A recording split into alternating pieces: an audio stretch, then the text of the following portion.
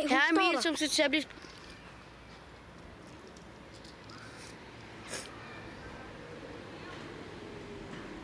Vi venter lige lidt. Vi har en lærer, som er meget, meget effektiv og snu. Men vi snyder hende alligevel. Sådan på en.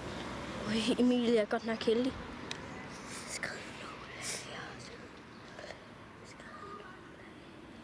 Hun er væk. Klar, 1, 2, 3, nu. Nu dør du, Emil. Han er begyndt at kaste. Tæt på. Ej, Tommy er allerede løbet tør for ammunition.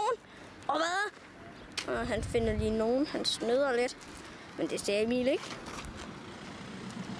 Han bruger bare lige lidt flere sten end et par enkelte. Nu skal du dø, Emil. Hvor Emil her? Dø! Dø! Jeg tror, jeg rammer ham.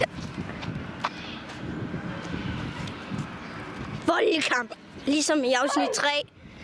Emil var godt nok heldig. Ups, det kunne jeg ikke se. Fuck, jeg faldt. Han står bag et par træer.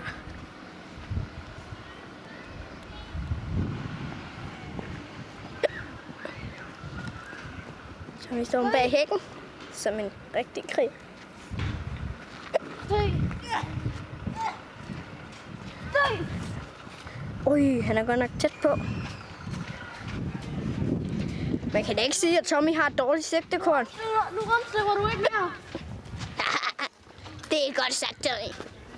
Det er lige sådan noget action, vi gerne vil have. Det prøver jeg Tommy har ikke flere ammunition. Han bruger pinden. Selvom det er lidt snød, det var sten, vi skulle bruge, ellers er det ikke rigtig bare kurafilm eller actionfilm. Og vi løber!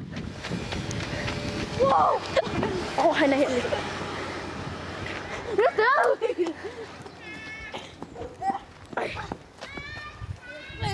Nu tror jeg faktisk, han dør.